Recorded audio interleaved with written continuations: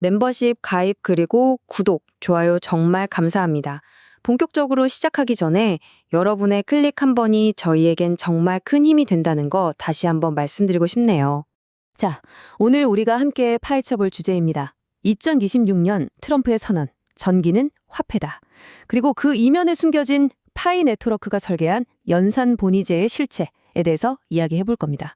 이건 그냥 단순한 기술 이야기가 아니에요. 정치, 경제, 그리고 빅테크가 어떻게 얽히면서 완전히 새로운 미래 지도를 그려내는지 그 충격적인 그림을 지금부터 함께 들여다보겠습니다.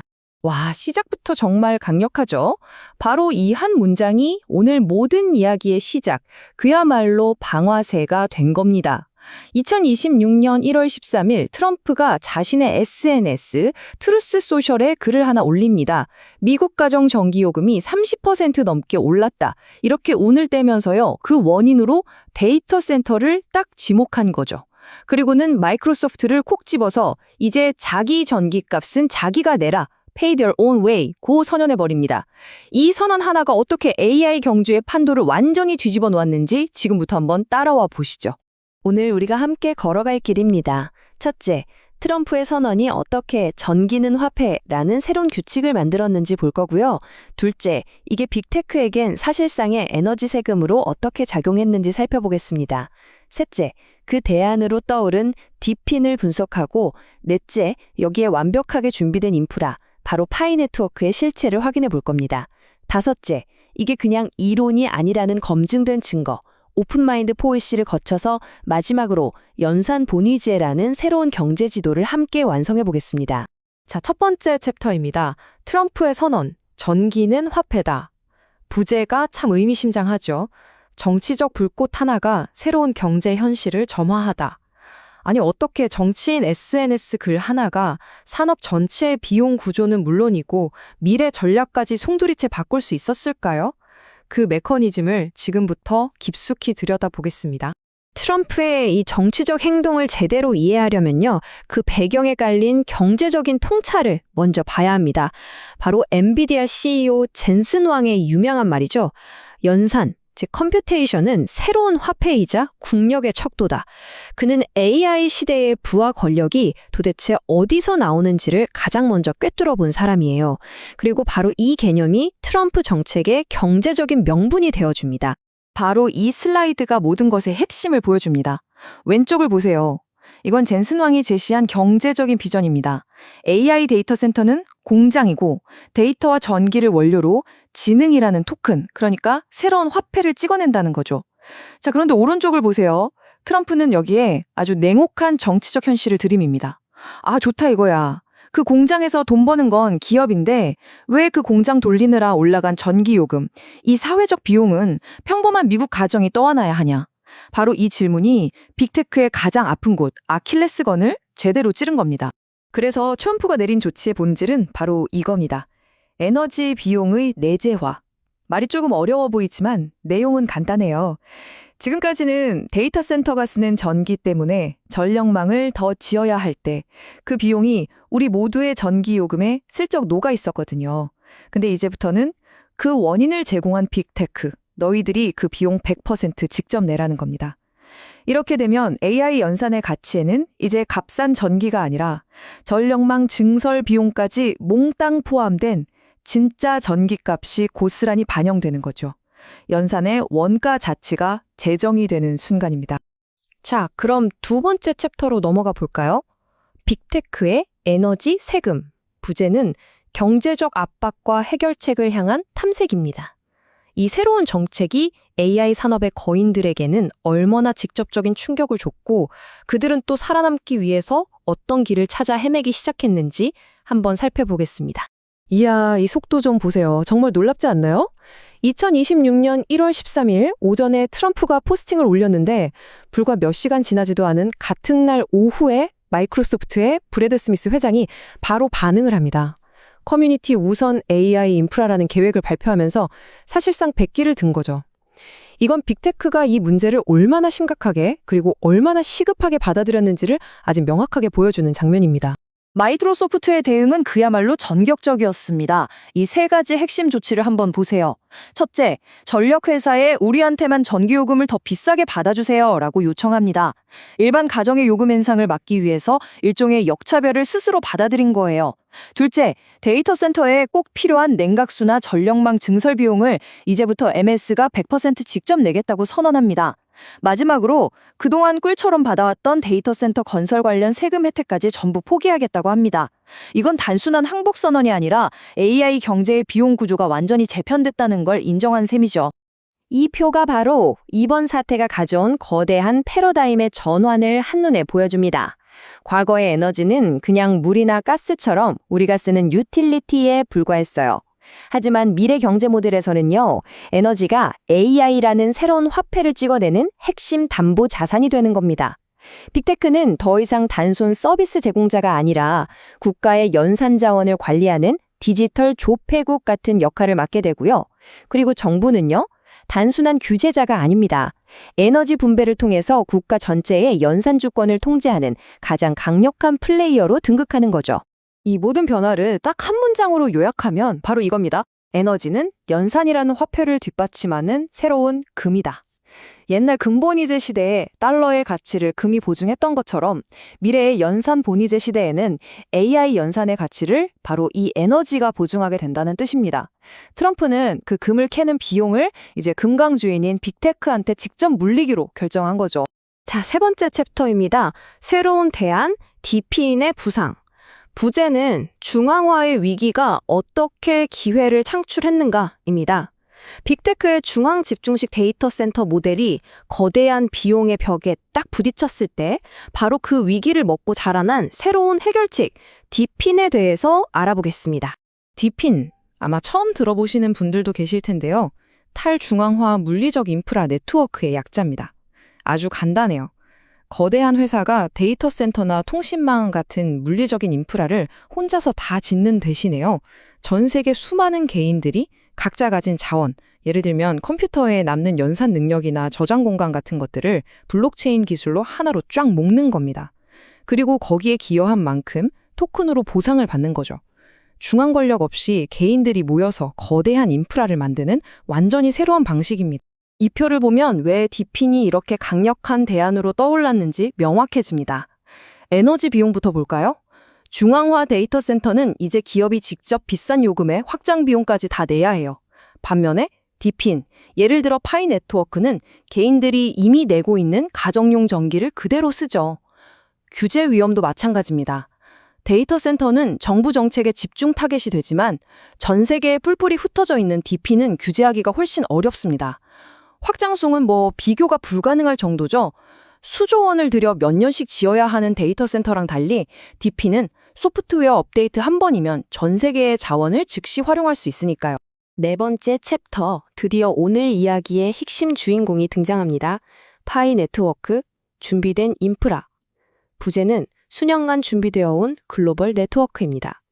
과연 이 네트워크가 어떻게 빅테크의 위기와 디핀의 부상이라는 이 거대한 흐름에 완벽하게 들어맞는 준비된 플레이어였는지 그 압도적인 규모와 특징을 지금부터 살펴보겠습니다. 자, 지금부터 나오는 숫자들을 주목해 주십시오. 이게 바로 파이 네트워크의 진짜 실체입니다. 35만 개 이상, 이게 뭐냐고요? 전 세계에서 실제로 돌아가고 있는 활성 로드의 숫자입니다. 웬만한 중견 클라우드 기업의 서버 수를 그냥 훌쩍 뛰어넘는 이미 완성된 거대한 물리적 인프라라는 거죠.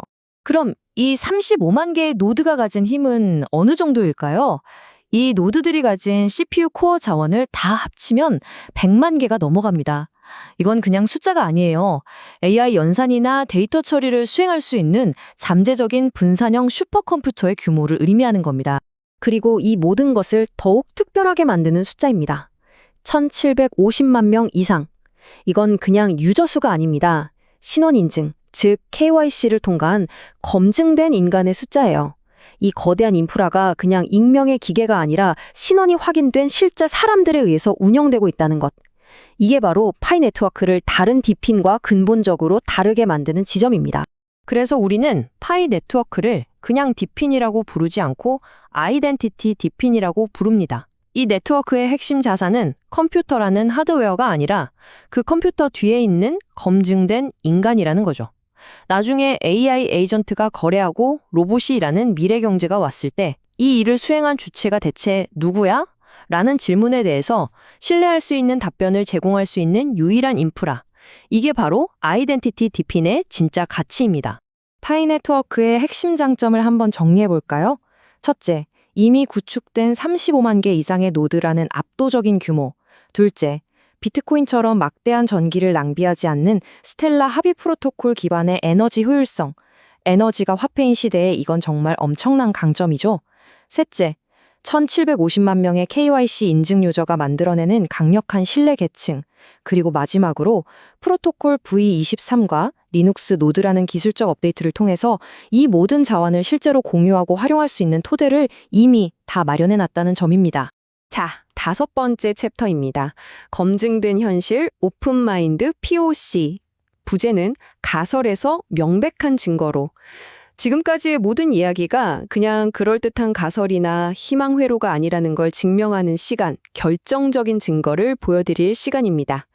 자, 이제 가장 중요한 질문을 한번 던져보겠습니다. 파이 네트워크의 이 거대한 인프라가 실제로 외부의 AI 연산을 처리할 수 있다는 이 모든 이야기, 정말 그냥 이론일 뿐일까요? 아니면 이미 현실에서 똑똑히 증명된 사실일까요? 바로 이겁니다. 모든 논쟁을 끝내는 결정적 증거, 스모킹건이죠. 2025년 10월 29일 파이코어 팀이 공식 블로그를 통해서 로봇 AI 운영체제를 만드는 오픈마인드라는 회사와 함께 진행한 개념 증명, 즉 POC가 성공했다고 공식 발표합니다. 이건 그냥 단순한 협업 발표가 아니었어요. 파이 네트워크의 운명을 바꾼 그야말로 역사적인 사건이었습니다. 이 POC의 결과는 그야말로 충격적이었습니다. 35만 개가 넘는 파이노드가 자발적으로 참여해서 오픈마인드의 이미지 인식 AI 모델을 각자 자기 컴퓨터로 돌리는 데 성공한 겁니다. 이게 뭘 의미하냐면 파이노드가 더 이상 단순한 블록체인 장부 기록기가 아니라 외부 기업의 실제 AI 연산 작업을 처리할 수 있는 분산형 클라우드로 작동할 수 있다는 걸 완벽하게 증명했다는 뜻입니다. 심지어 오픈마인드의 로봇 OS와도 완벽하게 호환된다는 걸 보여줬죠. 이 테스트의 최종 결론은 바로 이 한 문장입니다. 파이노드는 더 이상 블록체인 검증자가 아닙니다. 이들은 전 세계에 흩어져 있는 AI를 위한 거대한 분산 노동력입니다. 중앙화된 데이터 센터의 대안이 될 수 있는 살아 숨쉬는 글로벌 인프라라는 게 명백히 증명된 거죠. 드디어 마지막 6번째 챕터입니다. 연산 본유제의 새로운 경제지도, 부제는 마지막 그림의 조립입니다.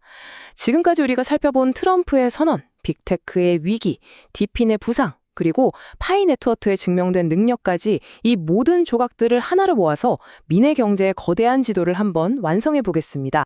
이 새로운 경제에서 모든 연산이 똑같은 역할을 하는 건 아니에요. 이 차트를 한번 보세요. 엔비디아 칩으로 가득 찬 거대한 GPU팜은 AI 모델을 훈련시키는 역할을 합니다. 비유하자면 AI의 근육을 키우는 곳이죠. 반면에 전 세계에 흩어져 있는 파이의 CPU 노드들은요, 그 훈련된 AI를 실제로 실행하고 그 실행 결과가 올바른지 검증하는 역할을 합니다. 말하자면 AI 사회의 법원이자 신분증이 셈입니다. 비즈니스 모델 자체가 완전히 달라집니다. 왼쪽의 구시대 강자, 빅테크는 중앙화된 공장에서 막대한 연산 파워 그 자체를 팔죠. 하지만 이제는 비싼 에너지 비용과 정치적 압박이라는 문제에 직면했습니다. 오른쪽의 신시대 강자, 파이 네트워크는 달라요. 이들은 단순히 연산 파워를 파는 게 아니라 신뢰할 수 있는 실행을 팝니다. 에너지 병목 현상을 피해가면서 대체 누가 이 일을 했는가에 대한 책임까지 보증해주는 거죠. 경쟁의 무대 자체가 바뀐 겁니다. 이 세 단계가 바로 연산 화폐 경제가 완성되는 과정입니다. 첫째, 트럼프가 정치적인 힘으로 연산의 비용을 에너지 가격에 꽉 묶어버리는 에너지 본위제의 문을 엽니다. 둘째, 젠슨 황이 그 위에서 연산이야말로 새로운 화폐라고 경제적 가치를 정의하죠. 그리고 마지막 셋째, 파이 네트워크가 그 화폐가 실제로 안전하게 유통되고 사용 내역이 검증될 수 있는 거대한 글로벌 인프라를 제공하는 겁니다. 이 세 플레이어의 역할이 딱 맞아 떨어지면서 새로운 경제 시스템이 탄생하는 거죠. 그럼 이 새로운 경제에서 파이 네트워크는 구체적으로 어떤 상품을 팔 수 있을까요? 바로 이 세 가지입니다. 첫째, 로봇이나 AI 에이전트의 연산에 처리해주는 엣지 실행 유틸리티. 둘째, 이 사용자는 진짜 사람입니다를 보증해주는 서비스형 신뢰.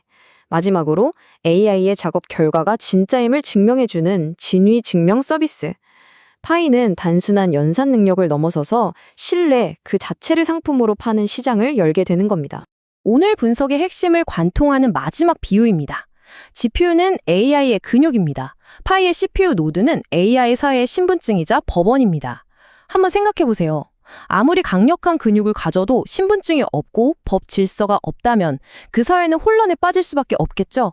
파이 네트워크는 바로 그 AI 사회의 신뢰와 질서를 책임지는 핵심 인프라가 될 거라는 이야기입니다. 이것이 바로 미래 경제의 대원칙이 될 겁니다. AI 에이전트들이 서로 거래하고 일하는 자율경제 시대가 오면 진짜 돈은 거대한 AI 모델을 훈련시키는 데서 나오는 게 아니에요. 진짜 돈은 그 AI가 수행한 수많은 작업들이 검증 가능하게 실행되었다는 걸 증명하는 데서 나옵니다. 바로 이 검증 가능한 실행 시장이야말로 파이 네트워크가 독점할 수 있는 새로운 블루오션인 거죠. 자, 이제 마지막 질문을 여러분께 던지면서 오늘 분석을 마무리하겠습니다. 만약 미래경제의 화폐가 정말로 연산이라면 지금 이 순간에도 여러분의 책상 위에서 잠자고 있는 그 컴퓨터는 앞으로 당신을 위해 무엇을 벌어다 줄 수 있을까요? 새로운 시대는 이미 시작되었습니다.